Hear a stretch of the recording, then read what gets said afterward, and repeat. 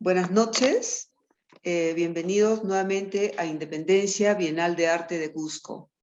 Nos complace presentar el conversatorio de esta noche sobre el tema principal, que es la exposición Arte Cusqueño durante la Independencia y Fundación de la República, curada por Juan Gómez. Y vamos a estar también acompañados por tres panelistas invitadas, como me refiero a Paulina Hernández, Victoria Jiménez y Eva Kubiak. Quiero comentar un poquito sobre Juan Gómez, nuestro curador de este proyecto, que fue uno de los primeros que se presentó en esta Bienal. Él estudió Historia del Arte en la Universidad Nacional Mayor de San Marcos y actualmente cursa la maestría en la Pontificia Universidad Católica del Perú. Es miembro del Instituto de Investigación en Arte y Patrimonio Cultural Huiñay. Es gestor cultural, experto en la organización de simposios, seminarios y talleres de historia del arte para instituciones universitarias y museos. Actualmente se especializa en estudio del arte del período virreinal de las regiones surandinas. Damos la bienvenida a Juan Gómez.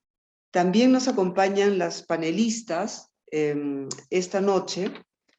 Nuestra invitada Paulina Hernández Vargas, de la Universidad Nacional Autónoma de México, internacionalista y maestra en estudios latinoamericanos, todos por la UNAM. Se ha dedicado al estudio de la cultura latinoamericana en general y al arte latinoamericano en particular.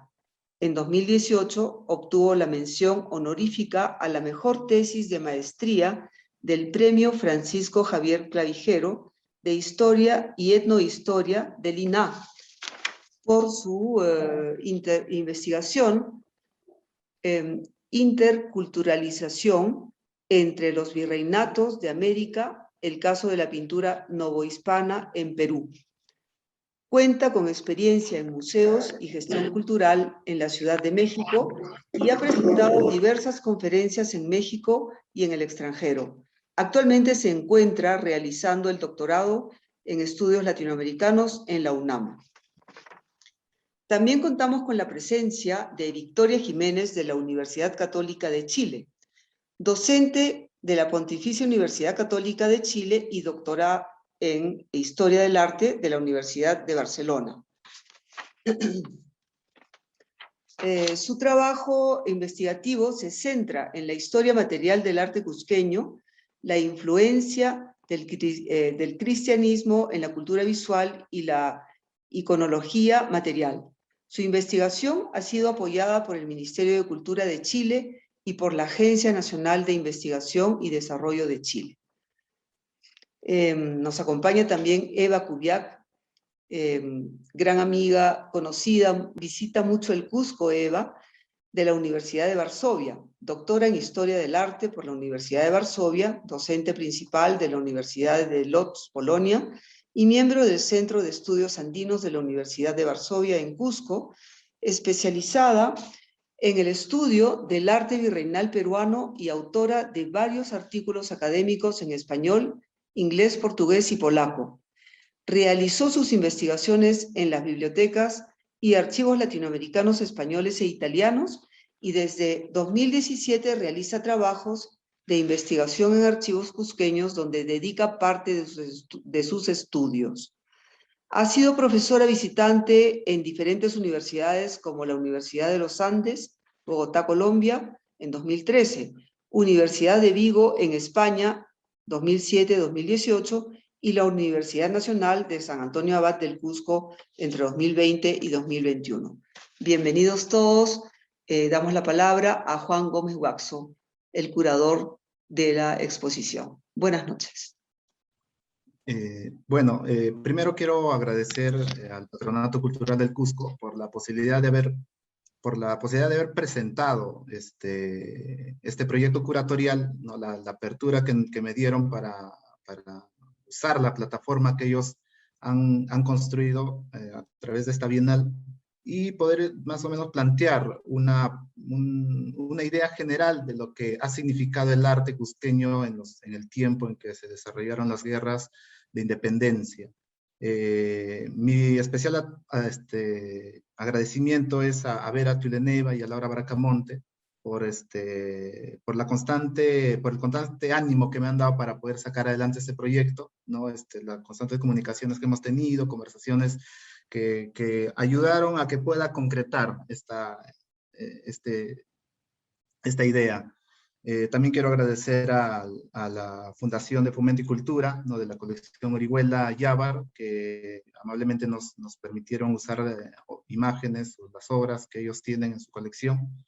También el Museo Histórico Regional del Cusco, que hemos colocado algunas obras que están en su depósito como parte de toda la muestra. Y mi agradecimiento a Wiña Instituto de Investigación, Arte y Patrimonio Cultural, ¿no? Por todo el respaldo que se ha prestado para hacer las distintas actividades que involucran hacer la producción de esta curatoría, ¿no? Principalmente José Luis Quispe, que él me ayudó mucho en la gestión de permisos, del uso de imágenes en algunas obras que se requerían para el video principalmente. Bueno, este proyecto surge más como la necesidad de llenar ciertos vacíos que hay dentro de la historiografía del arte. Y más aún, es ese vacío que se siente más cuando se trata de llegar a un público mucho más amplio.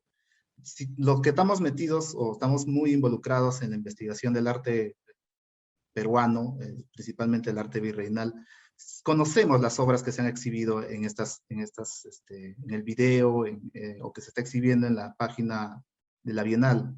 El problema es que ese conocimiento no ha llegado a un público mucho más amplio, ¿no? Muchas de estas obras están en depósitos, ¿no? O sea, a pesar de que estamos en la época del Bicentenario, quizás la pandemia no ha logrado hacer de que salgan exposiciones o que estas obras salgan a la luz y se muestre al público. Pero antes antes de la pandemia, antes de estar en el contexto de la celebración del Bicentenario, estas obras no son muy conocidas por los cusqueños, a pesar de que son obras que se han hecho en momentos cruciales, ¿no? Cruciales tanto en lo político, porque ahí en ese contexto se funda el sistema político en el cual nos encontramos actualmente. Y no se ha puesto en valor lo que merece, más aún para comprender un poco de cuáles son las bases sobre las cuales se ha construido nuestra identidad peruana, republicana. Entonces, el interés partía por eso, ¿no? Saber qué había, qué existía o qué obras existieron en ese contexto, dado que el Cusco durante la época virreinal fue un centro artístico importante, o sea, donde la producción artística que se hacía aquí llegaba a territorios que están alejados de los límites peruanos actuales, ¿no? Hay obras cusqueñas en Chile, en Argentina, en Colombia. Cusco era un lugar de atracción para comprar obras de arte que eran con fines de evangelización, claramente, pero también tenía un sentido político muy claro. Entonces, la pregunta era, ¿qué cosa se ha producido? O sea, el Cusco siendo un lugar, un centro artístico importante, en tiempos de guerra, donde se estaban generando rebeliones como la de Túpac Amaru, como los hermanos Angulo, ¿cómo respondía simbólicamente, artísticamente el Cusco ante esas situaciones, ante esas coyunturas? Entonces, al buscar imágenes u obras, producciones artísticas de esa época, lamentablemente lo que ha quedado son o mucho de lo que ha estado relacionado en arte con las rebeliones ha sido destruida, ¿no? Dado que hay una derrota militar, una derrota política a los movimientos como las que mencioné, pero también implicaba una destrucción del legado cultural que ellos de alguna manera habían planteado. Lo único que tenemos de la época de la independencia que afirma una postura patriótica es las que se hicieron en el contexto de la llegada de Bolívar al Cusco. Todo lo anterior fue destruido y solo se conoce en muchos casos por la documentación que mencionado por testimonios, confesiones de procesados, mencionan que había pinturas que se produjeron, había banderas por ejemplo, los hermanos Angulo hicieron en 1814 una bandera azul y blanca, que era el emblema que daba identidad a la rebelión que ellos estaban empujando. Igualmente habían retratos que se destruyeron. Entonces, lo que se puede estudiar de este contexto antes de 1824, o sea, antes del triunfo de la guerra patriótica, es lo que la iglesia y la monarquía afirmó a través del arte el triunfo contra esos movimientos revolucionarios o rebeliones que se dieron a lo largo de las décadas que involucran esta muestra. Entonces voy a mostrar más o menos para acompañar algunos comentarios, unas diapositivas, donde quiero, digamos, más o menos para poder entrar en contexto de lo que había y de los ejes principales, por lo menos que yo quise identificar en el video, y de la cual son ejes, digamos, conductores de lo que existía en cuanto al arte de ese periodo.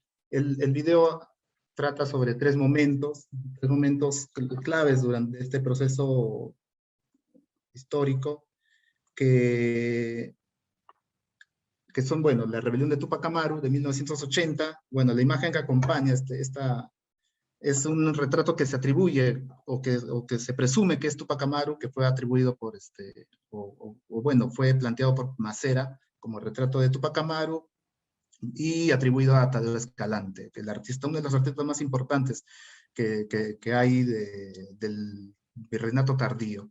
Luego, el segundo momento es la rebelión de 1814, ¿no? Que, bueno, acompaña acá una imagen, un boceto que se mandó a realizar, que era el proyecto para hacer un retrato del líder de esta rebelión, José de Angulo, que, bueno, un poco da contexto histórico a esta rebelión, ya que mencionan los distintos levantamientos que estaban surgiendo en América en el momento en que se inició la rebelión de Cusco en 1814.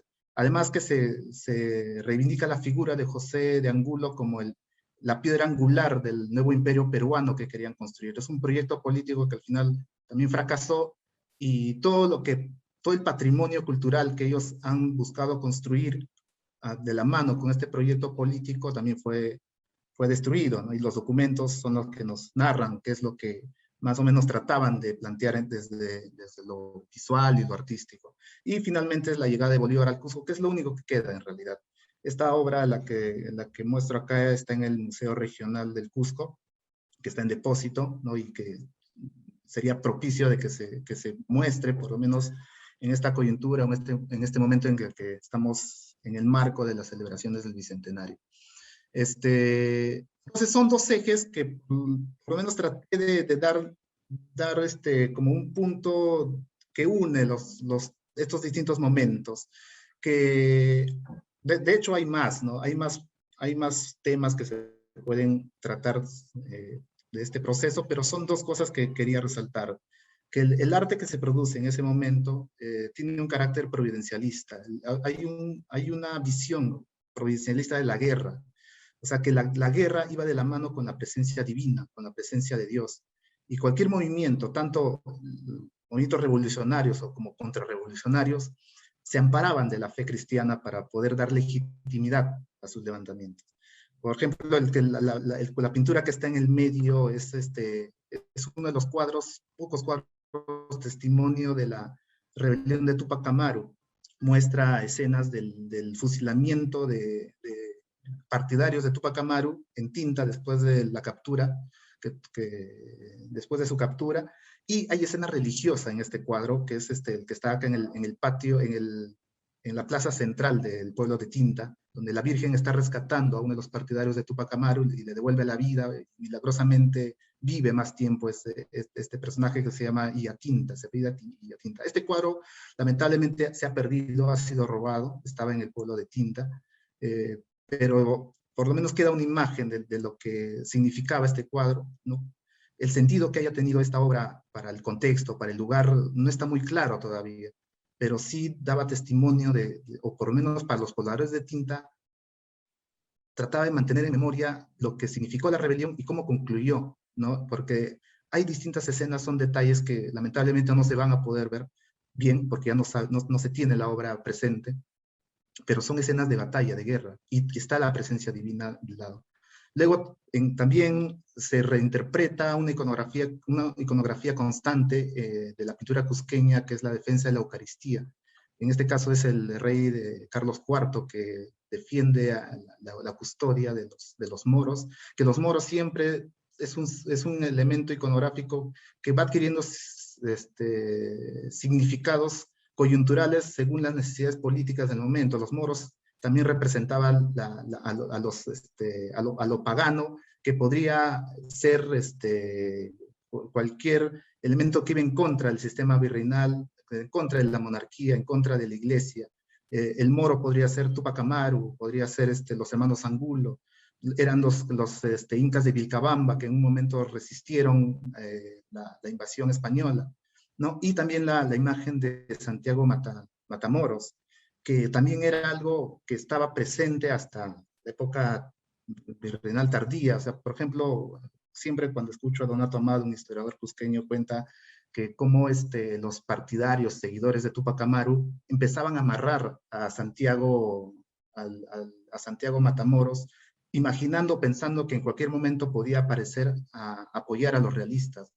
Entonces, estas son imágenes presentes que luego cuando llega Bolívar, cuando llega Gamarra, también confrontan contra este culto, porque, por ejemplo, la imagen de Santiago Matamoros, que estaba en la entrada de la catedral, fue mandado a sacar por Gamarra. O sea, fue retirada porque representaba el triunfo de la monarquía, el triunfo del cristianismo contra en el mundo andino. Entonces, el arte tiene esa connotación política muy marcada, como acá, por ejemplo, de la Virgen de los Ángeles. Mateo Pumacahua vence a Túpac Amaru, y él manda a hacer este cuadro donde da a entender o hace ver que la Virgen de los Ángeles es también autora, es responsable, o el acto milagroso del triunfo contra Túpac Amaru también tiene que ver con la Virgen María. Y es una iconografía muy de esa región de Urquíos, de Guayabamba, del Valle Sagrado de Urubamba, que es una imagen devocional que va a ser reproducida muchas veces. Hay muchas versiones de la Virgen de los Ángeles con escenas milagrosas que están descritas en ciertas viñetas pequeñas, ¿no? Y eso lo mismo lo reproduce Pumacahua, o manda a reproducir Pumacahua en su cuadro. El otro eje es la imagen histórica del Inca, algo que constantemente va a estar presente. O sea, Túpac Amaru exigía que se le reconozca como un descendiente legítimo de los incas, y él mandó, a pesar de que fue rechazado esa petición, él se mandó a retratar a caballo, algo que era muy inusual, porque retratarse a caballo eran únicamente para autoridades, o sea, las más altas autoridades, el rey, el virrey, ellos solamente podían representarse a caballo. Ese retrato se conoce también por documentos, en el juicio que le impusieron, mostraban el cuadro, preguntando quién era el autor y por qué se mandó a hacer Túpac Amaru de esa manera. Solo ha llegado a nosotros hace poco, recién en 2015, se publicó esta acuarela producida en Argentina, de fines del siglo XVIII, donde está Túpac Amaru montando a caballo. Ahora, es una interrogante todavía saber cuál ha sido la fuente de la cual sacaron y dibujaron y pintaron esta imagen. Hay uno de los retratos que se mandó a hacer Túpac Amaru, se sabe que fue mandado a Bolivia y de ahí no se conoce más. Puede ser, es una posibilidad que hayan conocido en Argentina ese cuadro. No se tiene conocimiento más de ese asunto. pero se pinta como un legítimo heredero de los incas, pero como también un jefe político y militar. Y al costado está José de Angulo, el proyecto de retrato, donde se viste con o se adorna con la diadema inca de principios del siglo XIX, que va, o sea, va a ser como un elemento cohesionador de todos los proyectos políticos que van a surgir. Entonces son esos dos puntos que quería resaltar, ¿no? O sea, esos dos puntos que es constante en las obras que se muestran en esta propuesta curatorial, que al final termina siendo elementos identitarios que hasta ahora se conservan. O sea, Cusco es una ciudad muy religiosa y a la vez es muy defensora de su legado incaico como capital histórica del antiguo imperio. Y creo que son elementos que van a ser pilares para construir la identidad nacional. Entonces, esos son los dos aspectos que me parecen interesantes analizar, ¿no? Y quizás en la conversación también se pueda un poco ahondar, ya que el mismo video y la posibilidad de hablar aquí es muy corta en relación a lo que existe. Pero bueno, en todo caso, agradecido de nuevo por toda la apertura y toda la atención a esta propuesta y bien, escucho sus comentarios. Muchas gracias. Invitamos a Paulina Hernández a acompañarnos en este conversatorio. Bienvenida, Paulina. Muchas gracias. Bueno, primero que nada, buenas noches. Muchas gracias por la invitación. Gracias, Juan, ¿no? Por pensar también en mí para platicar sobre esta exposición virtual. A la organización, obviamente, de la Bienal, muchas gracias. Es un gusto para mí estar de regreso en Cusco, aunque sea de manera virtual, ¿no? Ya en cuanto todo se pueda y estemos bien, pues nos iremos a dar una vuelta por allá. Con Juan, yo ahorita me voy a robar unos minutos porque voy a presentarles un diálogo de lo que generó Juan cuando me mostró el video de la exposición y cómo también ahorita, creo que había sido Victoria en el previo al inicio de la sesión formal, habían mencionado sobre la necesidad que daba, ¿no? De hablar en torno entre las independencias, ¿no? Bien, para mí es bien importante porque la expo que generó de manera virtual Juan, ¿no? O que curó, representa una posibilidad de acercarnos a proyectos de nación en el arte, ¿no? Pienso en cómo cuando hablamos de antecedentes, y eso es algo de lo que está nombrando o mencionando Juan durante el inicio de la expo, está pensando en toda esta carga de la emblemática que existe en los virreinatos. Juan, o en la curaduría, lo dice específicamente para el caso de Cusco, pero creo que es algo que nosotros tenemos que pensar de manera región, ¿no? A final de cuentas, este idioma alegórico realmente está presente en toda la pintura de los territorios que en ese momento son virreinatos, ¿no? Yo, situada en lo que hoy somos los herederos del virreinato septentrional, la Nueva España, pongo como en diálogo a algunas de las pinturas que propuso Juan en la curaduría, pintura de este lado, ¿no? Allá de ese lado tenemos a Santiago Matamoros, pero esta misma emblemática, esta posibilidad de utilizar estrategias discursivas, las utilizamos también acá en términos alegóricos, ¿no? Y la imagen que tenemos en pantalla es una representación de cómo Tenochtitlán también aparece dentro de la emblemática. A final de cuentas, se apropia este idioma, ¿no? Voy a utilizar unas cuantas diapositivas, no me voy a extender para no robarles, no sé, todo el tiempo a Eva, a Victoria, ¿no? Pero esta acá a mí me parece increíble. Hay muchas similitudes entre los procesos de independencia de los virreinatos. En el caso de Perú, y es algo que es único en ustedes, por eso nombré como a mi conversación coincidencias y diferencias, ¿no? Es que en Perú hay una presencia muy fuerte de levantamientos indígenas. O sea, sí, esencialmente cuando logran la independencia es un proyecto criollo, lo mismo pasa en México, bueno, o en la Nueva España, pero la carga de los proyectos de nación que sí existen en Perú, en el Virreinato de Perú, es único.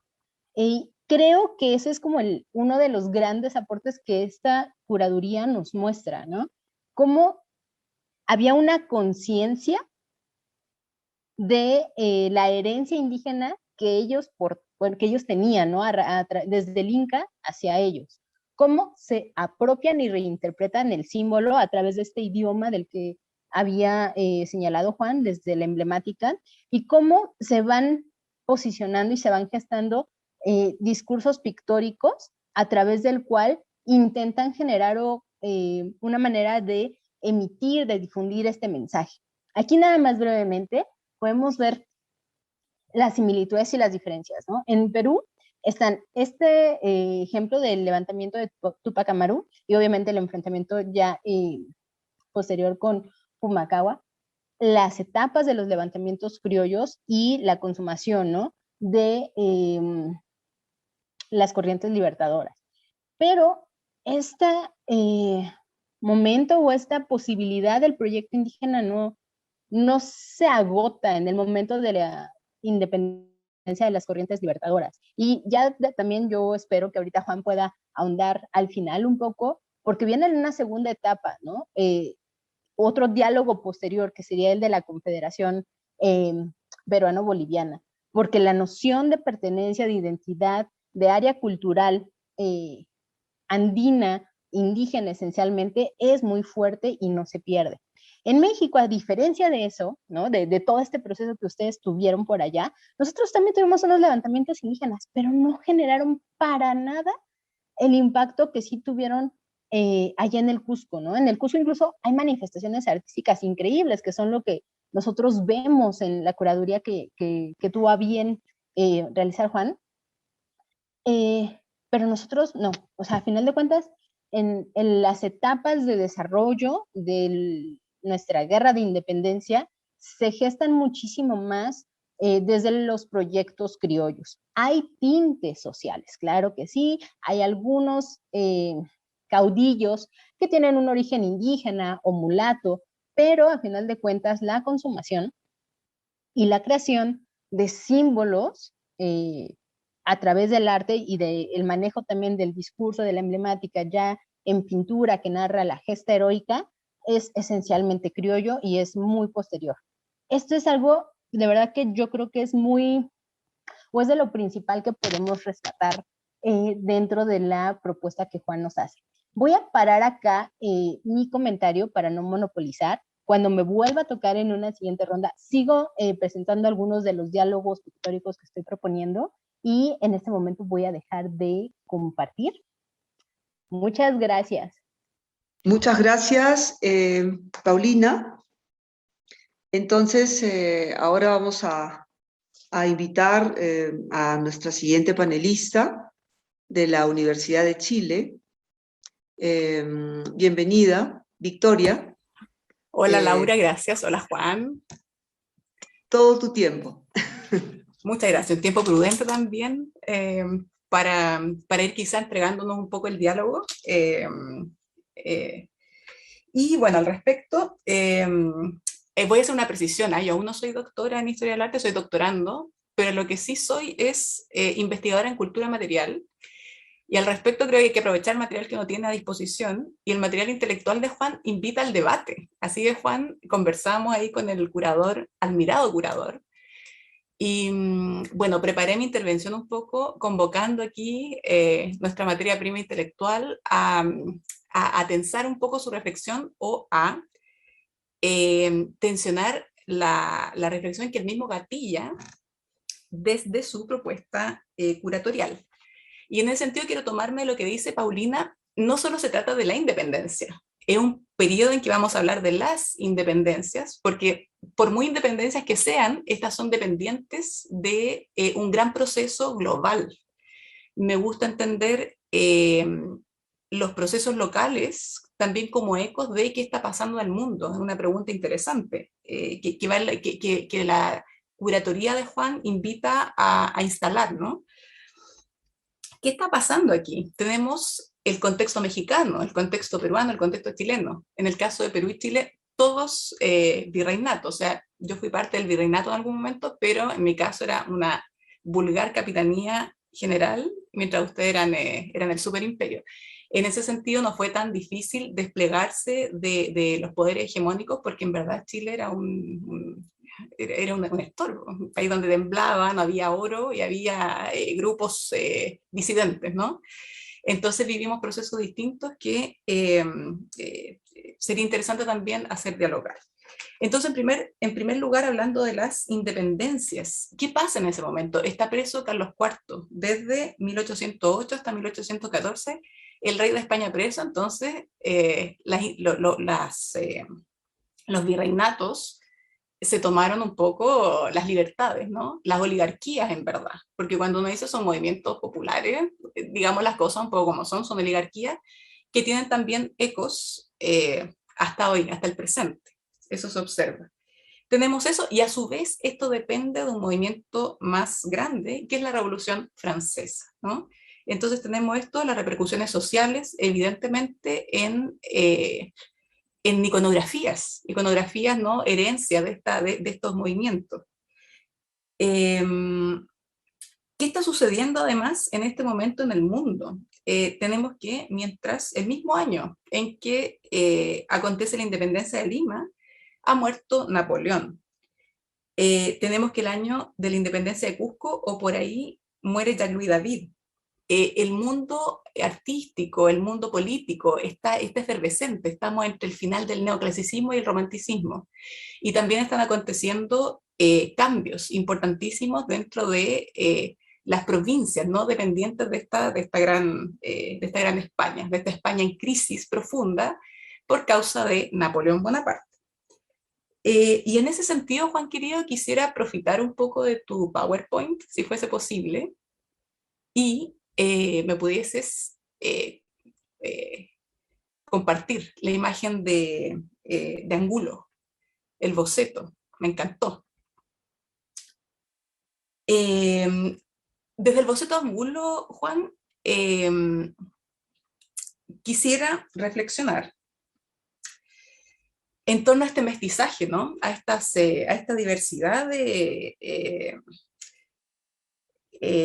diversidad de puntos de vista plasmados en una sola imagen. Tenemos un texto en latín que cita un salmo: la piedra desechada por los constructores es ahora la piedra angular. Y tenemos también una imagen que apela a un proceso independentista cuyo origen tenía raigambres incluso a cristianos, no cristianas, a religiosas, digamos. Entonces, una imagen que convoca estos procesos de plegarse, por un lado, a la tradición, al pensamiento imperante por tanto tiempo, desde la conquista, y por otro lado, de desplegarse. Esto lo vamos a poner en contraste con lo que estaba aconteciendo en la Capitanía General de Chile poco tiempo después de la independencia. Si bien por un lado, y Juan espero que no se matice y complemente estas ideas, si bien por un lado tenemos un proceso independentista, tenemos también que no va a ser una independencia ni iconográfica, ni política, ni ideológica tan radical como la que acontece en lo que fuera la Capitanía General de Chile. La Capitanía General de Chile se independiza, yo decía, mucho más temprano, y también tiempo después, se independiza en 1810.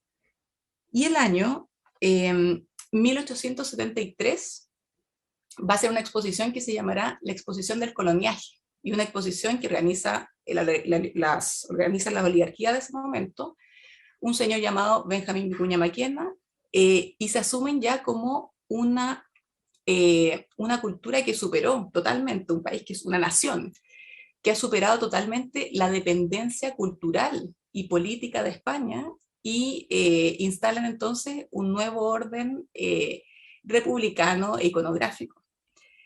Hay miradas súper interesantes sobre esta exposición, que exhibía piezas piezas cusqueñas, que en ese momento se les llamaba cusqueñas o quiteñas, como si fuesen indistintas, y celebra entonces el tiempo que va desde 1541, es decir, la llegada de Pedro de Valdivia a Chile, hasta 1841, cuando asume un primer presidente de la República. Y se exhiben entonces las piezas de ese tiempo.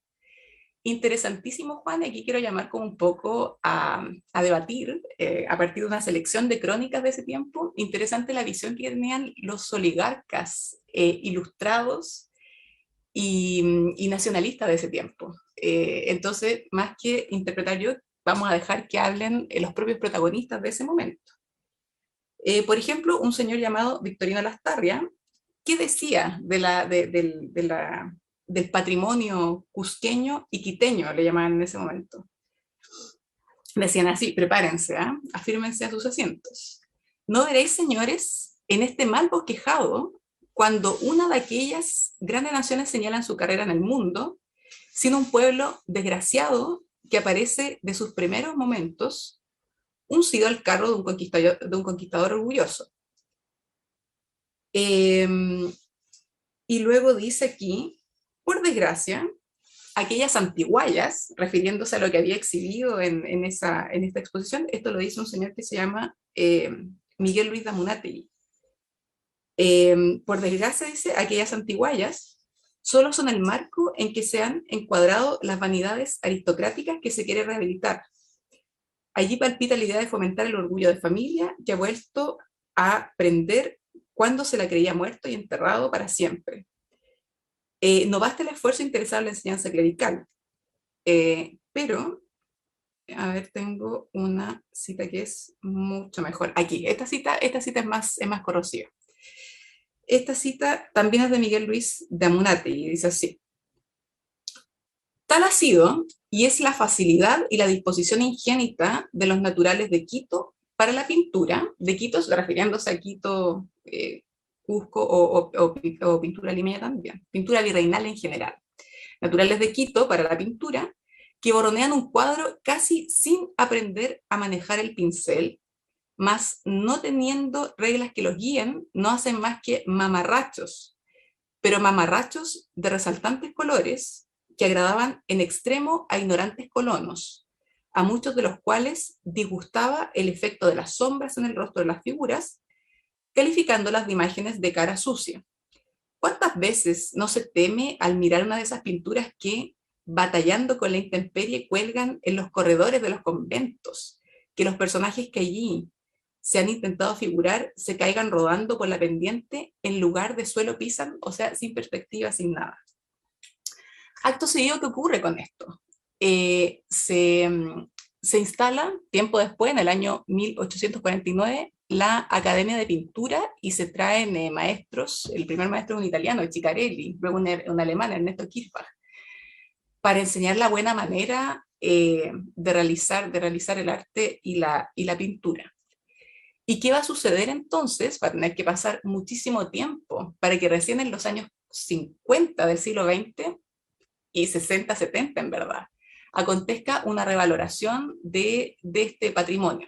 Y esta reflexión surge a raíz de oligarquía o grupos dominantes independentistas que quieren establecer también una independencia radical de su origen. Y en ese sentido, Juan, prende el micrófono, por favor. Quería preguntar, como curador, en tu caso, ¿cuál fue tu mirada o al escuchar esta comparación entre la radicalidad de lo que acontece en la capitanía chilena, en la post-capitanía chilena, y la curatoría que tú hiciste? ¿Por qué crees tú, al menos en mi opinión, hay un pasaje un poco más matizado desde esta búsqueda de independencia absoluta y de sentirse más afrancesado en el caso de Chile, respecto de las imágenes cusqueñas? Lo que se ve en tu selección, en tu curatoría, es un mestizaje grande. Eso, te quería llamar como a la reflexión un poco con esta estos comentarios corrosivos de los intelectuales ilustrados de Chile. Sí, pero yo esperaría que Eva primero comente y quizás... Genial. Sí, bien. Le demos la palabra a la doctora Eva Kubiak. Bienvenida, Eva.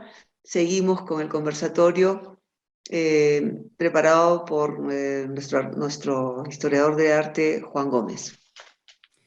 Muchísimas gracias por invitación y que puedo comentar y hablar sobre este tema que me parece muy interesante y muy importante. Me gustó mucho en la introducción de Juan, quien subraya que quiere mostrar a la gente, a los cusqueños, las obras del arte poco conocidos. Y es verdad, porque es una época que está con pocas investigaciones, especialmente en el campo del arte y especialmente en la región cusqueña, porque cuando se habla y se ve los cambios políticos, los grandes cambios del país, se mira a Lima, casi siempre. Entonces, como capital, como el lugar más importante. Entonces, mirar al Cusco me parece una propuesta muy importante y muy interesante. Y también, como muestro Juan, siempre Cusco se valora por su época incaica, por esta historia prehispánica. Siempre se habla también sobre el arte virreinal, que es muy importante, significativo, con muchos artistas que son muy conocidos. Y también me parece que la época contemporánea, con artesanía, tradición popular, danzas, fiestas, etcétera, y se olvide esta época del tránsito, la época de independencia. Y vale la pena volver a valorar este tipo del arte desde principios del siglo XIX. Y en este caso me parece que es interesante subrayar esta iconografía que muestra una mezcla de dos órdenes de la vida, de dos tipos de las representaciones. Hablo de la iconografía religiosa y también de iconografía laica, política, podemos decir en este caso. En la pintura cusqueña se puede ver que algunos fenómenos o algunos aspectos, como por ejemplo patetismo, triunfo o propaganda, se presenta con la misma simbología. Entonces, propaganda política y propaganda religiosa en esta forma visual muy a menudo podemos colocar muy cerca uno a otro. Y en este caso me parece muy interesante comparar este tipo de las representaciones con la propuesta que nos dio Ebbe Warburg en su Atlas der Mnemosyne, donde junta diferentes imágenes que representan en la misma manifestación, como por ejemplo patetismo o triunfo. También yo pienso que en el caso del Cusco podemos destacar estas fuentes particulares del arte del tránsito. Claro que hay iconografía general, pero también se subraya mucho la época incaica en esta iconografía, pero nunca no se niega totalmente la época virreinal en Cusco. Yo pienso que por la religión y por la tradición religiosa tan fuerte cual existe en esta región. Y también esos tres momentos de historia que nos presentó Juan en Cusco, la rebelión de Tupac Amaru, rebelión local cusqueña y llegada de Bolívar, también es muy interesante porque siempre la política tiene su reflejo en arte. Siempre podemos tratar arte como algunos ejemplos o representaciones que tienen alguna relación con política.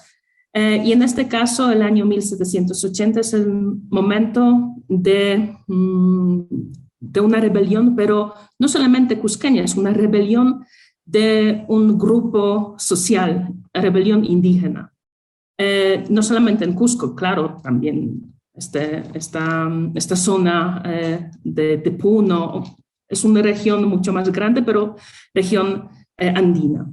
Y 1814, otra prueba, porque las dos situaciones, la rebelión indígena o rebelión local, terminan con fracaso. Y finalmente, rebelión criolla, que terminó con un éxito con Bolívar, que a veces en la historia cusqueña y los cambios que propuso, me parece que no entendía bien la vida en la región andina. Muchas gracias. Excelente, muchísimas gracias a nuestras invitadas, panelistas. Juan, es tu momento. Muchísimas gracias. Sí, bueno, sí, anoté algunas, yo que creo que me parecen interesantes las observaciones y comentarios.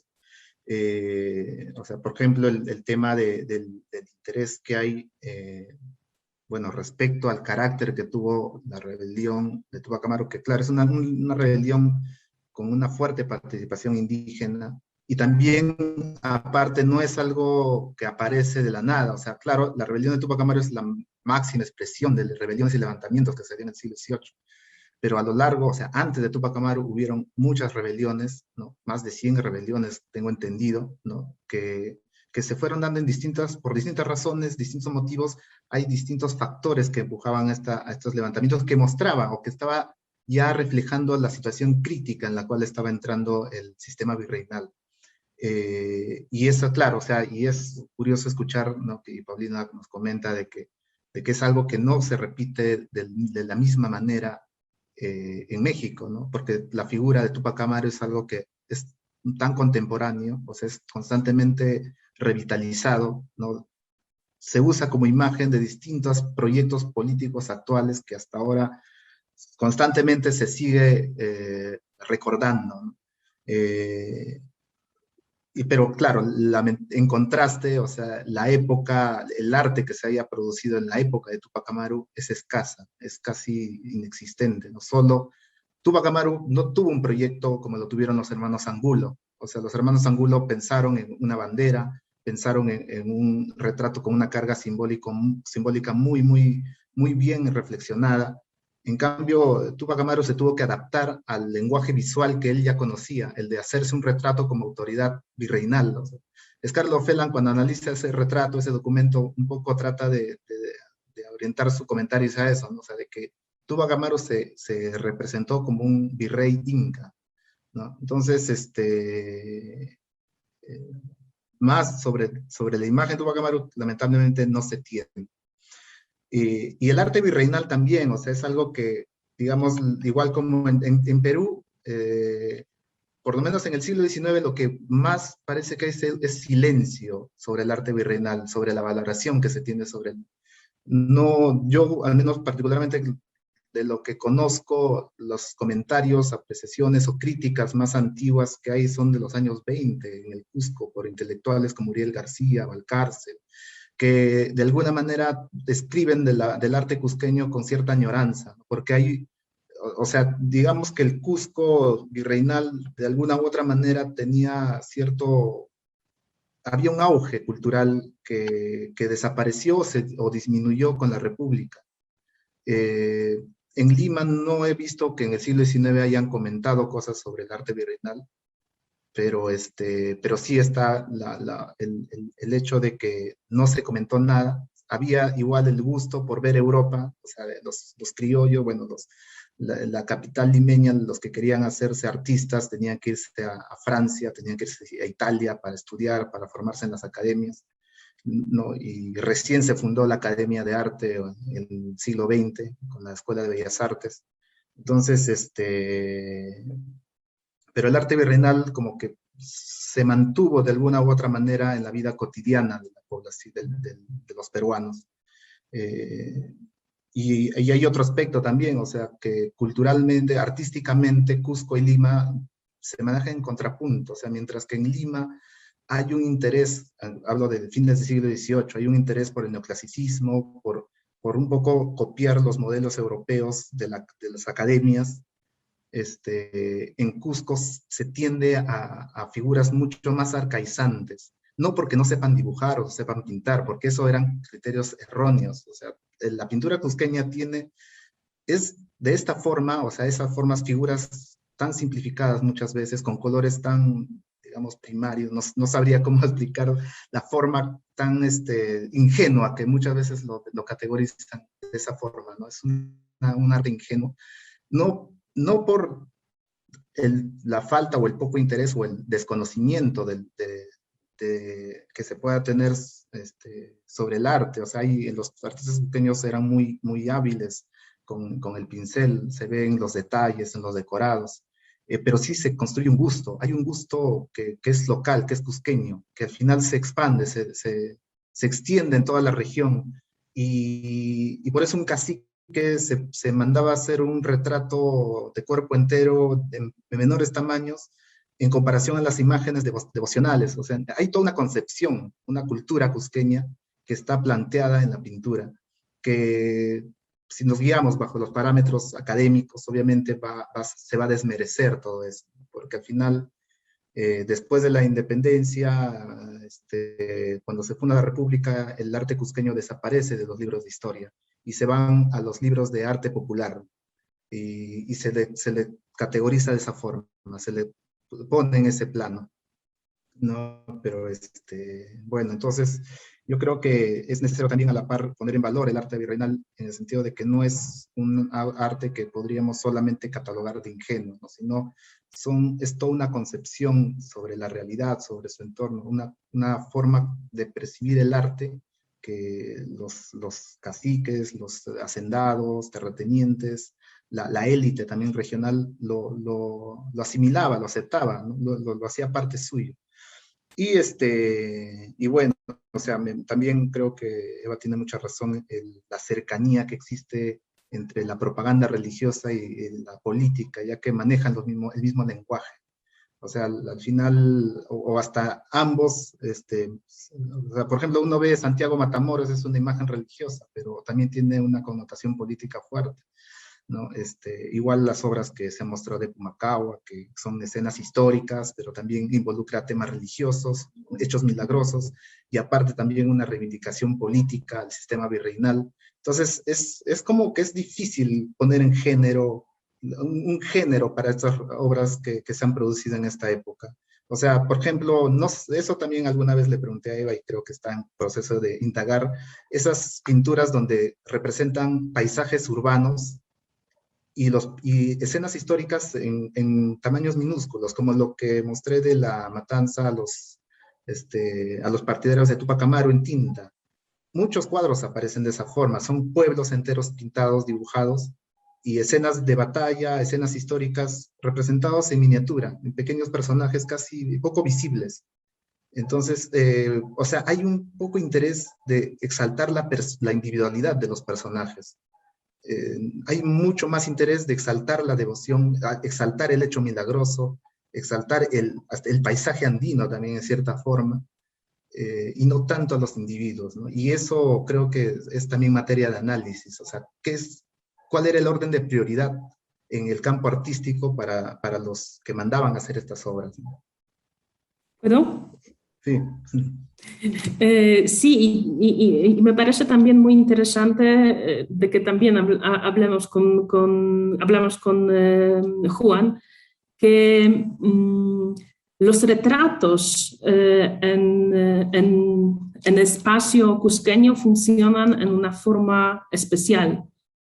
Y como podemos decir que funcionan los retratos en la pintura limeña, en la pintura cusqueña es mucho más difícil encontrar como una línea de la pintura, un tipo de las imágenes, y en este caso sí, son más imágenes que acompañan a las imágenes religiosas, a las advocaciones especiales de los personajes, y hay pocos ejemplos de los retratos. Otra cosa es, por supuesto, los retratos de la nobleza indígena, incaica, que es un género especial, particular, cusqueño.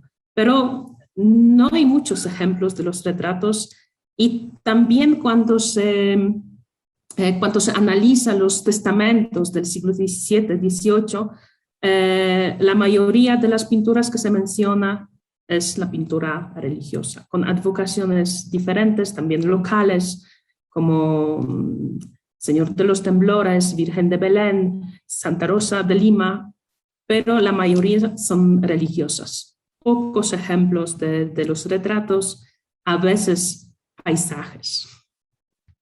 A ver, yo tengo como varios comentarios en torno a lo que se ha estado manejando, porque yo lo que no quería era como tardarme mucho en mi primera exposición, pero creo que han tomado como varios de los ejemplos que justamente me interesaba nombrar, y es que la riqueza de la propuesta curatorial que tiene Juan es justamente uno, y prácticamente es como un poco englobar lo que se ha estado diciendo, mostrar que no todo es Lima en el proceso de independencia. Dos, que hay proyectos de nación paralelos al proyecto criollo.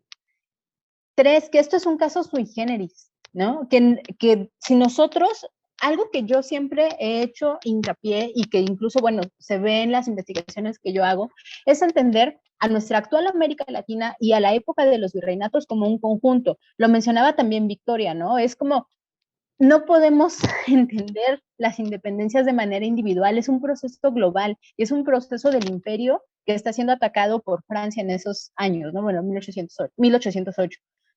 Pero justo en esta posibilidad de hacer las comparaciones vemos las características tan únicas que tiene el proceso que en este caso nos estás mostrando, Juan, ¿no? Que es el cusqueño. Y creo que no es tanto que haya también un lenguaje propagandístico en la pintura.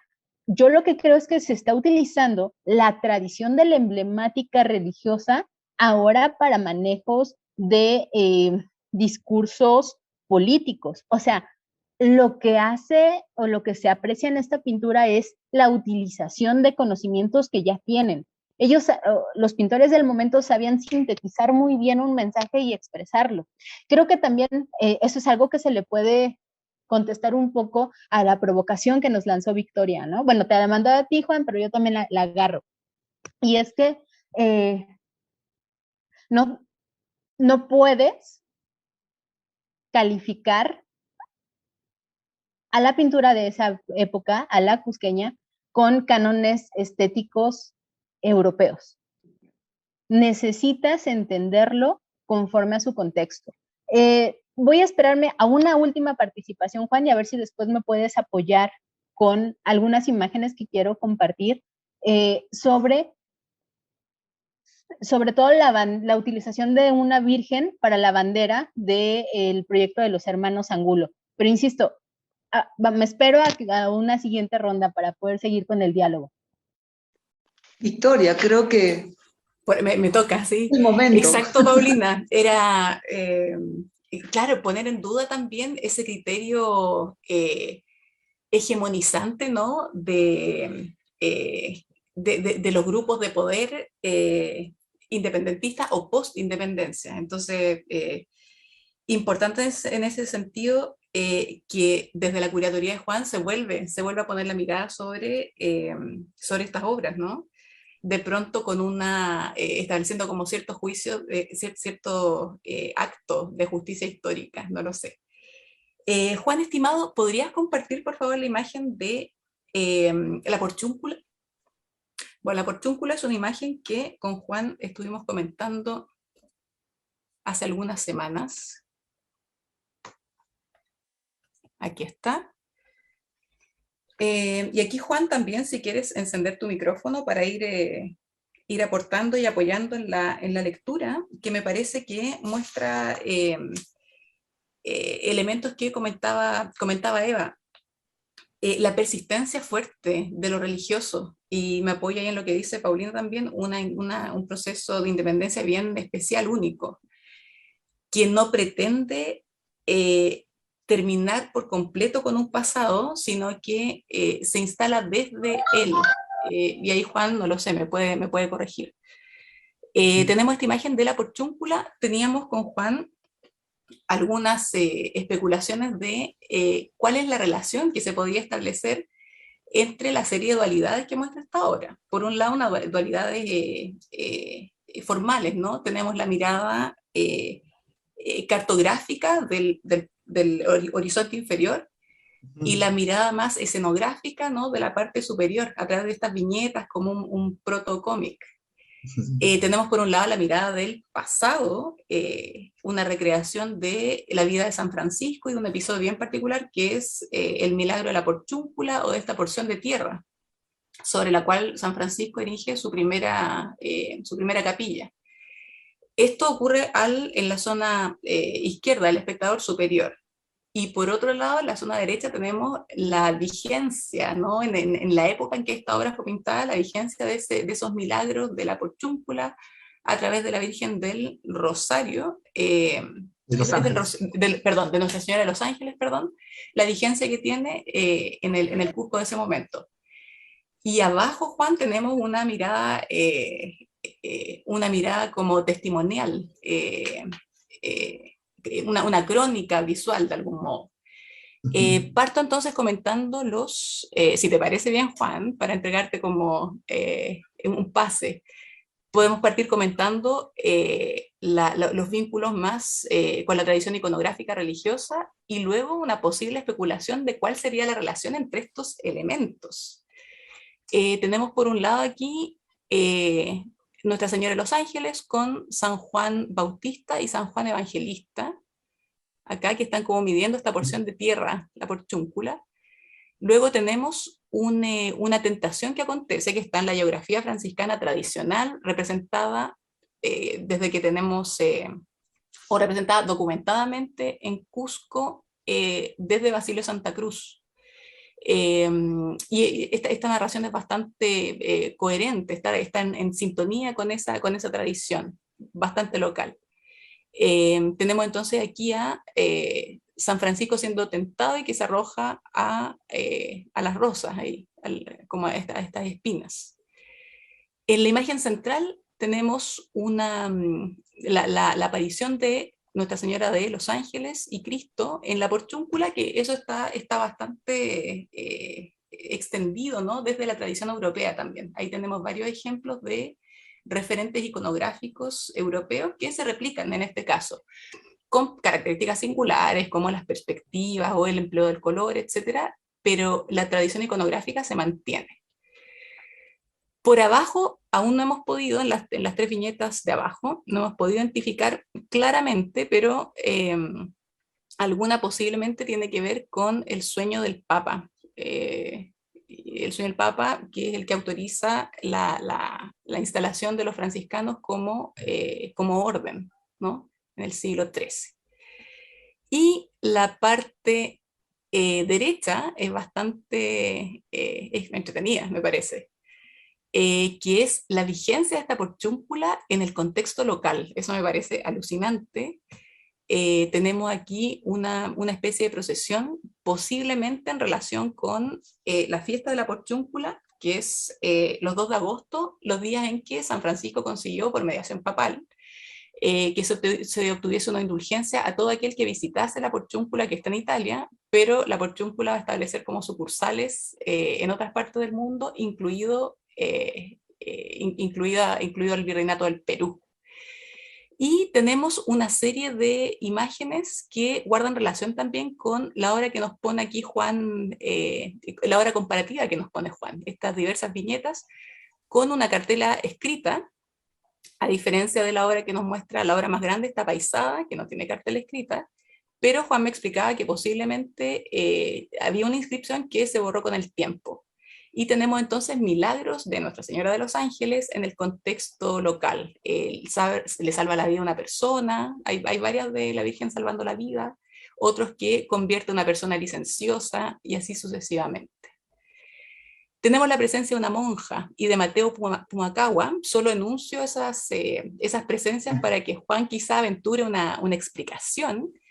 Y tenemos abajo esta mirada súper cartográfica y casi una crónica visual con una batalla. Entonces, Juan, te dejo ahí la palabra para ver si nos ayuda un poco a completar este puzzle donde convergen pasado, presente, tradición y crónica histórica de algún modo.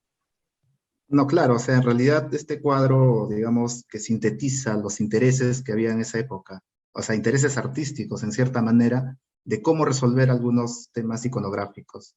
O sea, les hablaba, por ejemplo, de esa intención siempre de pintar paisajes urbanos y representar escenas históricas en miniatura, con personajes poco visibles, escenas así de una vista muy amplia, y no tanto ver o representar, por ejemplo, el protagonismo de algunos personajes. Pumacahua, por ejemplo, sale en algunas escenas al costado de la monja, posiblemente sea Pumacahua en un episodio de su vida particular, personal, quizás relacionado a la intención de que su hija pueda entrar a un convento de monjas, a pesar de ser descendiente indígena, que estaba prohibido o no era posible en ese contexto.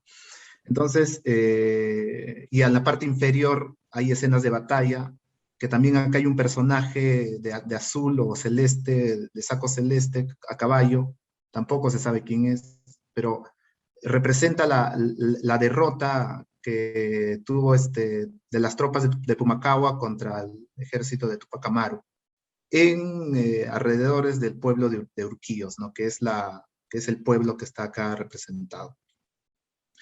Pero la figura central es la Virgen de los Ángeles, debajo está el arcángel, acompañando la batalla, digamos, una forma simbólica de representar este enfrentamiento entre Tupac Amaru con Pumacahua, que es un puma con un dragón o un amaru, ¿no? Que eso, por ejemplo, Eva también ha investigado bastante, y capaz nos pueda complementar un poco de cómo esta iconografía del dragón o del amaru ha estado permanente en la pintura virreinal. Pero, Juan, y antes sí. de pasar la palabra a Eva, eventualmente, ¿qué te parece como historiador esta fusión bastante natural entre el tiempo histórico y el tiempo místico que propone, como esa conciliación que propone esta obra? Claro, o sea, en realidad hay tres elementos ahí, o sea, claro, él muestra el hecho histórico de la derrota de Tupac Amaru, pero le da protagonismo al acto milagroso de la Virgen de los Ángeles, como mediadora. O sea, estas viñetas pequeñas y que están acá en otra versión, son como la Virgen de los Ángeles interviene en la vida de los Andes a salvar a los justos, ¿no? A intermediar por los justos. Y entonces, esta viñeta es trasladada a un tema histórico de mayor envergadura, que es cómo la Virgen también le salva del horror, quizás, que ha querido mostrar, que para ellos ha significado la rebelión de Tupac Amaru. Entonces, hay una ahora, lo que sería interesante, todavía falta indagar más este cuadro, es quién ha sido el que ha pensado en todo este programa iconográfico. Porque entrelaza la vida de San Francisco, episodios seleccionados de la vida de San Francisco, momentos específicos de la vida de Pumacahua en la parte superior, con la llegada de la imagen de la Virgen de los Ángeles a América, escenas de los milagros de la Virgen de los Ángeles, y al final, en la parte inferior, la batalla de Tupac Amaru. Entonces, todavía se esbozan algunas interpretaciones. La función social posiblemente que ha tenido este cuadro ha sido, al igual como lo hacía a nivel desde documentos y procesos judiciales, era demostrar de que la contribución que tuvo Pumacahua para derrotar a Tupac Amaru le hacía merecedor de ciertos privilegios y derechos que reclamaba al virreinato, pero no lo reclamaba también reivindicando el sistema virreinal, porque aquí también está Carlos IV, está el Papa, o sea, está representada la Iglesia, el poder virreinal o el poder monárquico generalizando. Entonces, como que entrelaza muchas cosas, o sea, ha sido una obra muy bien reflexionada, pensada, que todavía falta entender un poco más por qué San Francisco está ahí, por qué escenas de San Francisco, o qué vinculación tienen los franciscanos con Pumacahua, con la obra que hizo, porque acá hay una escena también menor, que se ve pequeño, de ángeles llevando en andas la imagen de la Virgen de los Ángeles, con franciscanos, ¿no? Entonces, no sabría dar una respuesta única al significado de esta obra. Son lecturas sueltas que todavía falta entrelazar y ver qué realmente tiene, o sea, qué mensaje, cuál es el eje del mensaje que se puede desprender de esta obra. Lamentablemente, esta obra está muy maltratada, muy olvidada, está empolvada. Alguna vez fuimos con Eva, con un amigo con José Luis, fuimos a ver la obra, y ojalá que en algún momento haya la posibilidad de poder intervenirla, restaurarla o recuperarla para poder estudiarla mucho mejor. Gracias, Juan. Gracias, Juan. Continuamos con el arte cusqueño durante el proceso de independencia y fundación de la República, en este interesante conversatorio. Esta obra curada por Juan Gómez Guaxo. Yo me siento llamada por Juan para comentar este aspecto iconográfico de Amaru que aparece aquí, y que me parece muy interesante porque es un tipo de la iconografía particular, regional, andina cusqueña. En general, la iconografía del dragón que aparece en el arte religioso es un símbolo de pecado. Y esto es una iconografía más general. Claro que en el caso de la pintura cusqueña también encontramos ejemplos con dragón como pecado, como representación de algo mal.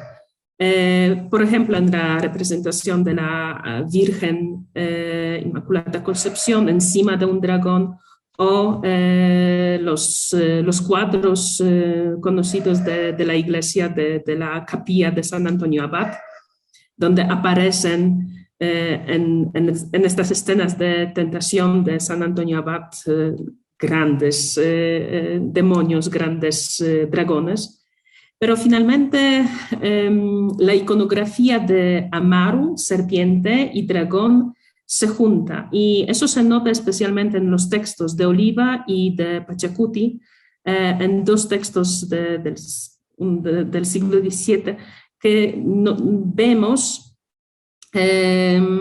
cómo los serpientes Amarus están descritos por los cronistas como dragones, con elementos visuales, elementos corporales característicos para los dragones. Finalmente, Amaru aparece también en el contexto visual de los escudos, especialmente de la familia Amaru. Y en este caso nos sorprende que en la iconografía particular de Tupac Amaru, o iconografía creada probablemente por Mateo, aparece en este caso Amaru como dragón. Es algo que sí existía especialmente aquí en Cusco. Notamos también estas imágenes de Amaru como dragón en las decoraciones de Queros. Entonces, sí, es una iconografía muy particular y muy interesante, muy cusqueña.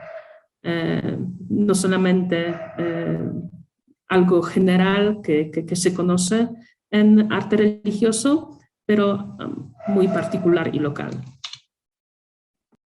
Juan, tienes la palabra. Sí, yo quiero un poco invitarle a que pueda comentar, Paulina.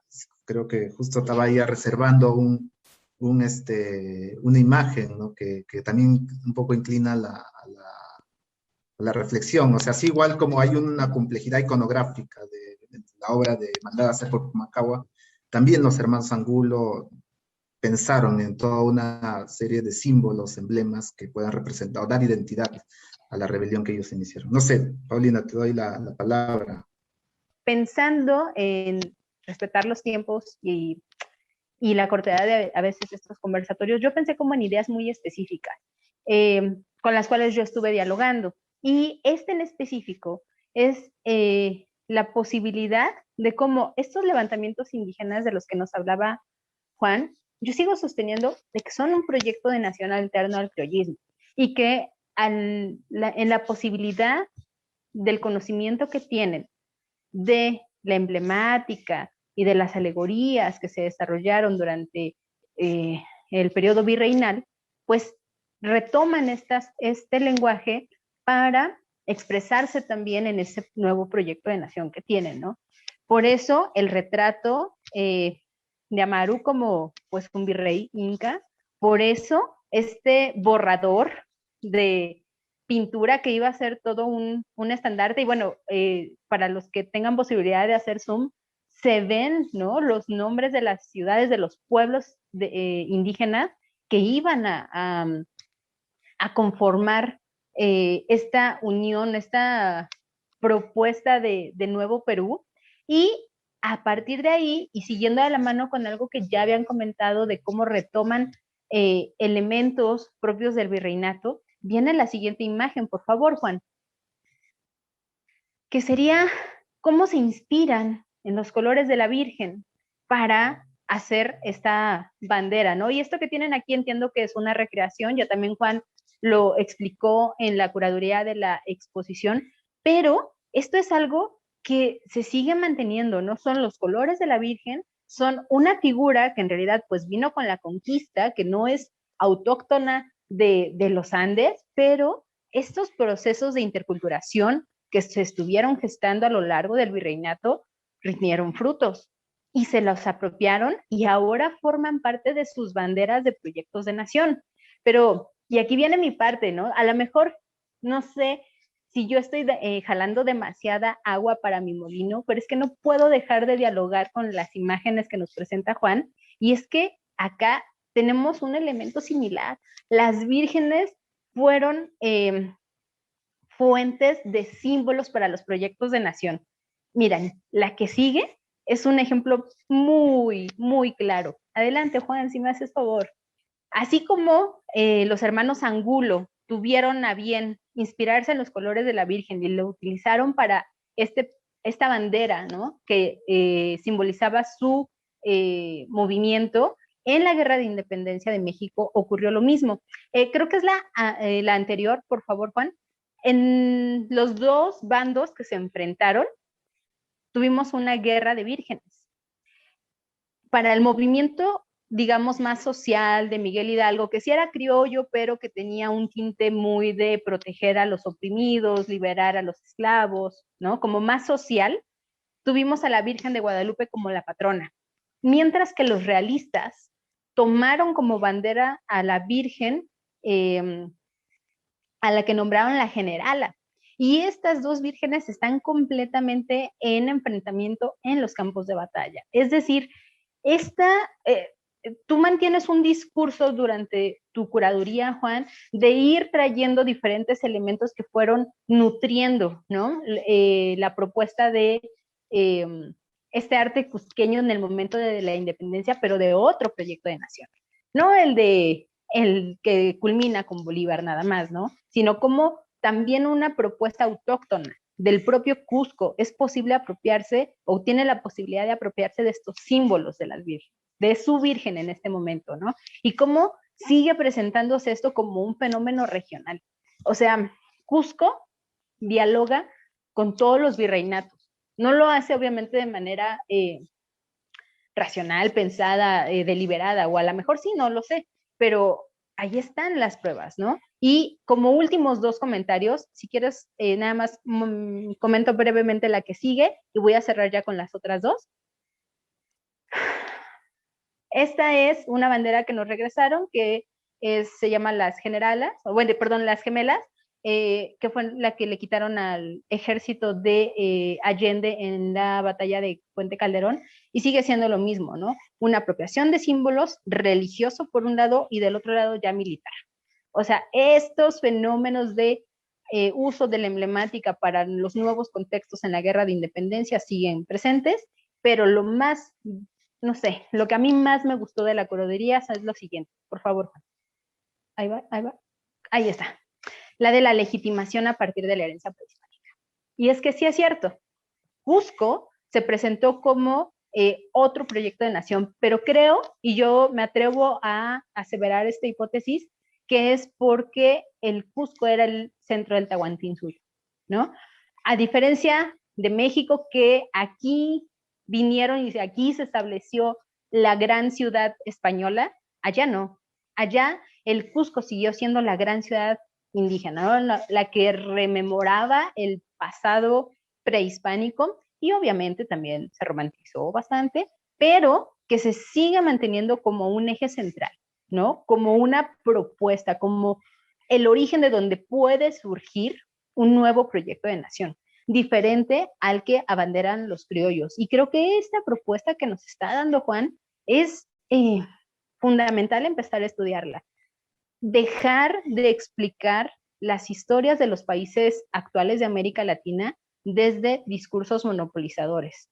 Al interior de cada Estado-nación actual existe diferentes gestas y diferentes enfrentamientos también por el poder, ¿no? Por saber quién fue a final de cuentas el proyecto de nación que ganó. Pero no por eso se pierde completamente el resto. Y la última imagen con la que cierra Juan esta propuesta es el diálogo con la América Latina. ¿Puedes, por favor, ponerla, Juan? La de la alegoría. Y es impresionante. Yo aquí lanzo preguntas, ¿eh? No estoy lanzando en este momento respuestas porque justo esto es lo que yo estoy ahorita desarrollando en el doctorado. Dice Juan, ¿no? Que esta imagen llega a través de un grabado que se representa, que se pinta. Es la libertad de las Américas. En este grabado, incluso en la curaduría se puede apreciar el nombre de varios países, entre ellos, bueno, Perú, el mío, ¿no? México, está Colombia, si no me equivoco. Y entonces ya lo americano aparece como la otra posibilidad. Nuevas posibilidades de desarrollo existen, pero y entonces, si la América virreinal no nació, no se convirtió solamente en las patrias individuales, sino se bifurcó en 2, si además de estarse gestando al final de estas guerras de independencia, solo la nación o la identidad nacional de nuestros países individuales también comenzó el origen de la identidad latinoamericana y lo podemos rastrear en el arte, justo en estos otros proyectos pictóricos no dominantes, sería como otra gran vía de investigación y yo agradezco muchísimo a Juan que haya estructurado este eje de pinturas en una curaduría tan sucinta y tan tremenda que nos da para hablar un montón y yo de verdad agradezco ya la paciencia, cierro mi micrófono y cedo la palabra. Muchas gracias. A ver, Juan, ¿tienes comentarios? Sí, justo uno de los temas que creo que es o sea, es necesario ver y pensar cómo el Cusco ha sido parte de todo este proceso. Y ya viéndolo desde el arte, desde los textos que he leído en la historia del arte sobre este periodo, como lo comenté, ¿no? El Cusco desaparece. En 1825 es lo último que se menciona el Cusco en los libros oficiales, ¿no? Pero también aparte se habla de estas obras en relación a lo que pasaba en Lima, como si lo que pasó en el Cusco haya sido repercusión de lo que en Lima se estaba dando y no ver de que el Cusco tenía una propia dinámica, tenía un propio proceso que estaba que estaban surgiendo movimientos, estaban surgiendo proyectos, que al final fracasaron militar y políticamente, y eso también repercutió en el aspecto visual, cultural, ¿no? Todas estas obras, y repito de nuevo, han sido destruidas, o han sido solo proyectos inconclusos, que al final, de alguna u otra manera, refleja lo que ahorita somos como Perú, ¿no? Cusco siempre ha estado en esa situación de cuestionar que el centralismo de Lima opaca mucho el valor cultural, histórico que tiene el Cusco, y se ve también en su historiografía, ¿no? Lo que más o menos concuerdo, ¿no? Y concuerdo mucho en lo que plantea Paulina respecto a esa, digamos, esa situación en contrapunto que se ve no solamente en lo político y económico, también en lo artístico. Por ejemplo, Eva hablaba de retratos, ¿no? En Cusco no hay retratos como hay en Lima. O sea, en Lima hablamos de independencia del arte, el arte en la independencia en Lima, hablamos de Gil de Castro y toda la serie de retratos que hay de jefes militares, de familias que estuvieron o que se sumaron o se pegaron al ejército patriota, pero acá no hay eso. O sea, acá tenemos un buen pintor, Pascual Olivares, por ejemplo, cusqueño, que cuando hicieron el boceto de José de Angulo, pensaron en Pascual Olivares para que él haga el retrato, porque se conoce solo una obra de él, y es una Inmaculada Concepción muy bien elaborada. O sea, se nota que hay un conocimiento, un manejo de la pintura en Pascual Olivares, y por eso pensaron en él, para que él plasme ese retrato. Pero de él no se conoce mucho, no se conoce nada, ¿no? Yo creo de que al final es necesario, digamos, recuperar estos pequeños trozos de historia que han sido destruidos producto de la guerra, y entender un poco mejor cuáles fueron las bases que sirvieron para construir la identidad, digamos, cusqueña, o la identidad, o como parte de la identidad nacional, y ya no solo pensar en nacionalidad, ¿no? Sino pensar en una identidad latinoamericana como lo plantea Paulina, y como también nos junta acá a todos, o sea, escuchando qué es lo que pasó en México, o escuchando lo que pasó en Chile, hay muchas cosas que nos parecemos, y creo que podemos ver esas diferencias y similitudes que nos harían ver un panorama cultural más amplio y más rico para analizar. Eso quisiera comentar. Muchas gracias, Juan. Bueno, Victoria, Paulina. Sí, tengo una última pregunta. Juan, estimadísimo, me parece que un ejercicio curatorial, y sobre todo en tu caso, tiene como dos partes. En el caso de tu curatoría, veo un ejercicio retrospectivo al hacer una curatoría de corte histórico, pero también al situarte en el presente hay un criterio constructivo. Estás proponiendo algo. Y en ese sentido, Juan, está en una época de una Latinoamérica un poco polarizada, con efervescencia política, etc. ¿Cuál ves tú que es la vigencia de tu proyecto curatorial como ejercicio histórico? Es interesantísimo, pero me da la impresión que has buscado ir también un poquito más allá. Y la pregunta se orienta ahí, como, ¿qué podemos... que dicen que la historia no se repita, pero rima. ¿Has encontrado de pronto rimas en tu proceso investigativo y propositivo? Bueno, o sea, creo que es poco difícil hablar de lo contemporáneo. Es más fácil reflexionar los actores, las motivaciones, y quizás hasta hablar de guerras históricas y actos heroicos. Pero es muy difícil eso trasladarlo a lo contemporáneo. O sea, hablar ahorita cuál es el tipo de conflicto que vivimos. O sea, creo que todavía somos un país muy fragmentado.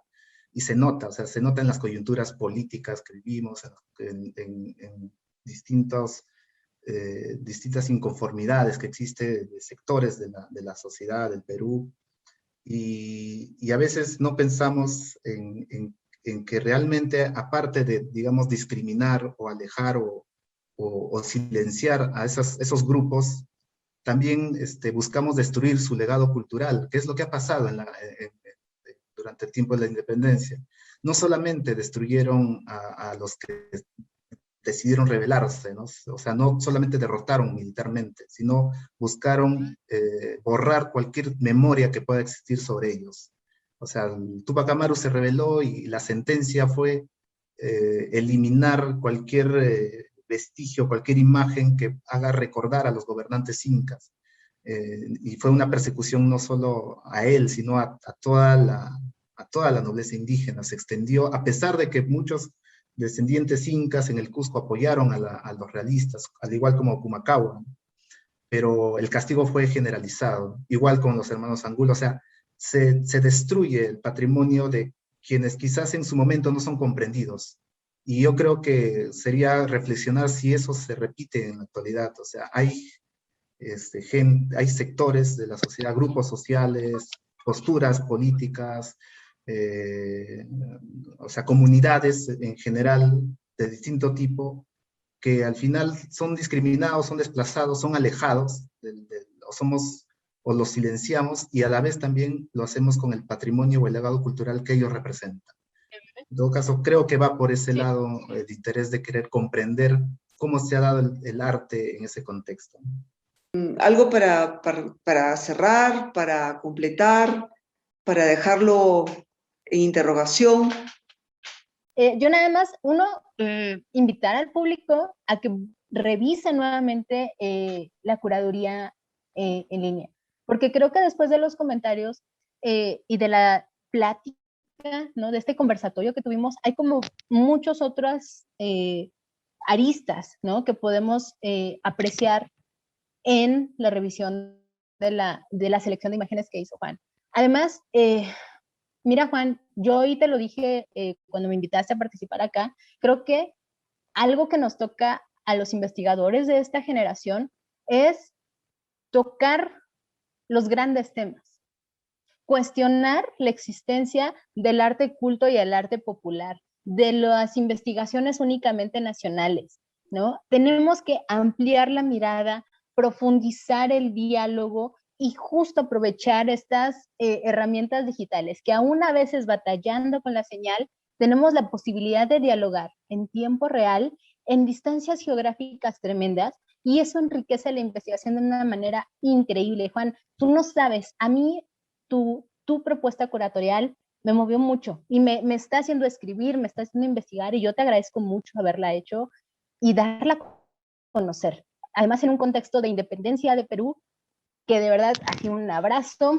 Tú sabes, Perú ocupa un lugar muy especial en mi corazón, público peruano que está presente en un país precioso, inspira a investigarlo y se les manda de verdad un abrazo, bueno, desde acá, desde México. Yo agradezco nuevamente. Victoria y Eva, colegas, les respeto muchísimo estos comentarios que ustedes están aportando, estas provocaciones, Victoria, que lanzaste, ¿no? ¿Qué cosa? Porque pues es cierto, ¿no? Es entender al documento, bueno, al personaje a través del documento y cómo pensaban. Y a lo mejor ahora no, lo hiciste con esta idea, ¿no? Nos genera escozor, pero es que sí, o sea, hay que tratar de entender cómo se pensaba, cómo era una sociedad estratificada, por qué existen proyectos de nación tan diferentes, por qué nuestras sociedades actuales siguen siendo tan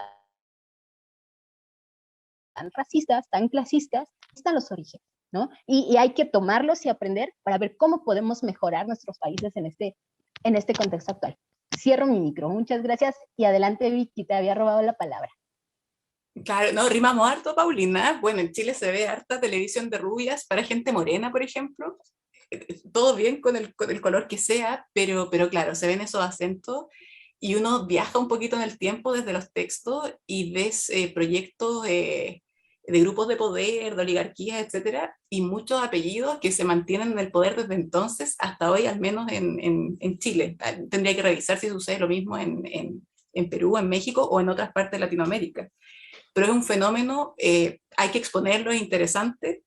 Estos artículos tan corrosivos, Paulina, están en un texto de Noemí Tinelli y Antonio Manero, y bueno, él desarrolla mucho más la idea. Paulina dice algo bien interesante que es el soporte virtual, Juan. En eso debemos reconocer a don Juan Gómez Waxo, un historiador que se maneja tan bien con las redes sociales que me da una envidia nada sana. Lo hace súper bien y tiene bueno, capacidad de diseño. Eso creo que te lleva también a sensibilizar con aspectos compositivos. Creo que como historiador del arte te da una dimensión de conocimiento desde el oficio también, al momento de comentar, por ejemplo, una composición, porque los criterios compositivos se mantienen en el tiempo. Y en ese sentido, Juan, ¿qué desafíos ha supuesto para ti esta curatoría virtual?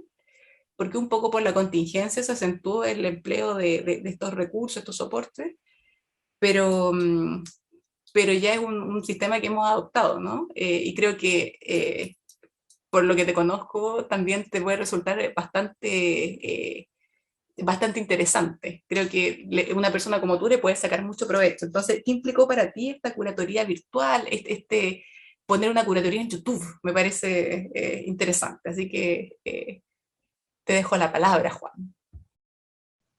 Bueno, no sé, me gustaría que Eva quizás pueda plantear algunas palabras finales y se pueda cerrar, no sé si estaría bien eso.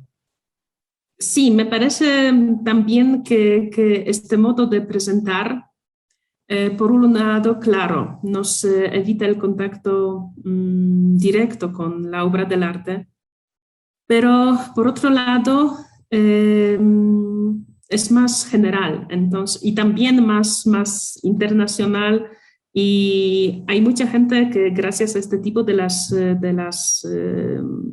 presentaciones pueden conocer a las cosas menos conocidas, que me parece muy interesante. Y también me gustó muchísimo esta película que acompaña a este proyecto con las imágenes y con los comentarios que explican muchísimo también a la gente que conoce poco. Entonces, es el comentario final para este proyecto. Muchas gracias. Bien, quiero, bueno, agradecer, hasta estoy muy contento de que haya sido, haya generado buena impresión el video, la propuesta que hice. Sí fue un poco complicado, ¿no? Un poco respondiendo a Victoria. Sí fue complicado porque fue algo nuevo, es la primera curaduría que hago. O sea, pensar en hacer una curaduría es muy distinto a pensar en hacer un texto académico, ¿no? Que tiene otras cosas, otros problemas que resolver, tiene otras inquietudes que tratar, que quizás es muy valioso en el sentido de que te permite conectar con un público mucho más amplio, y que quizás es la más importante, ¿no? A veces nos encerramos entre cuatro paredes y discutimos sobre temas muy específicos de arte virreinal, y qué tanto eso puede llegar a más público, más gente.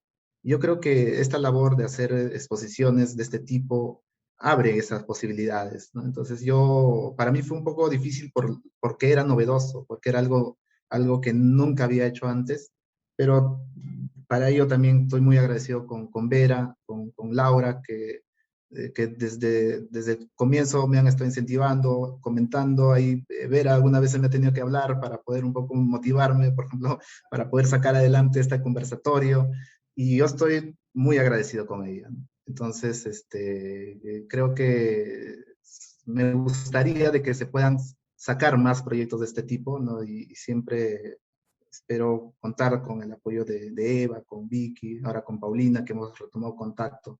Tratar de hacer estas cosas que ya hemos venido haciendo de alguna manera, ¿no? Y se puede continuar. Hay muchos temas que se pueden tratar, desde el arte virreinal, o sea, y un poco Paulina reforzaba esa idea, no sé qué tanto nosotros nos parecemos todavía a lo que estudiamos en el siglo XVIII o lo que estudiamos en el siglo XIX. Leía, por ejemplo, alguna vez un libro sobre la repercusión de la Revolución Francesa en el Perú, en la prensa, y lo que se escribe en la prensa en ese contexto, o sea, a fines del siglo XVIII, es similar, similar en el sentido de lo alarmista y amarillista que a veces es la prensa contemporánea. Entonces, yo creo de que hay muchas cosas que también en el arte igual, seguimos manejando similares códigos, y esos códigos que analizamos en el arte del pasado, también podríamos encontrar en la actualidad, ¿no? Entonces, yo creo que sí es valioso, interesante que se pueda traer ese patrimonio del pasado y tratar de reflexionarlo en nuestro presente, ¿no?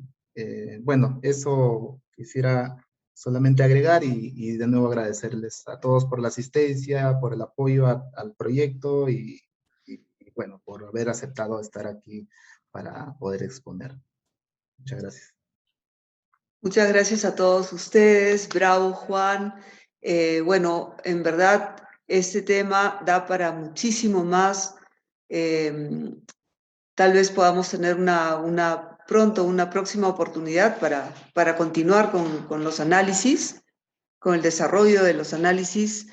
Y en cierta forma, Juan, en algún momento nos comentarás cómo fue tu contacto con la presencialidad, porque tú tuviste contacto con algunas de las piezas durante todo este trabajo, ¿no? Por otro lado, agradecer en nombre del Patronato Cultural Cusco, está muy complacido en haber recibido esta propuesta.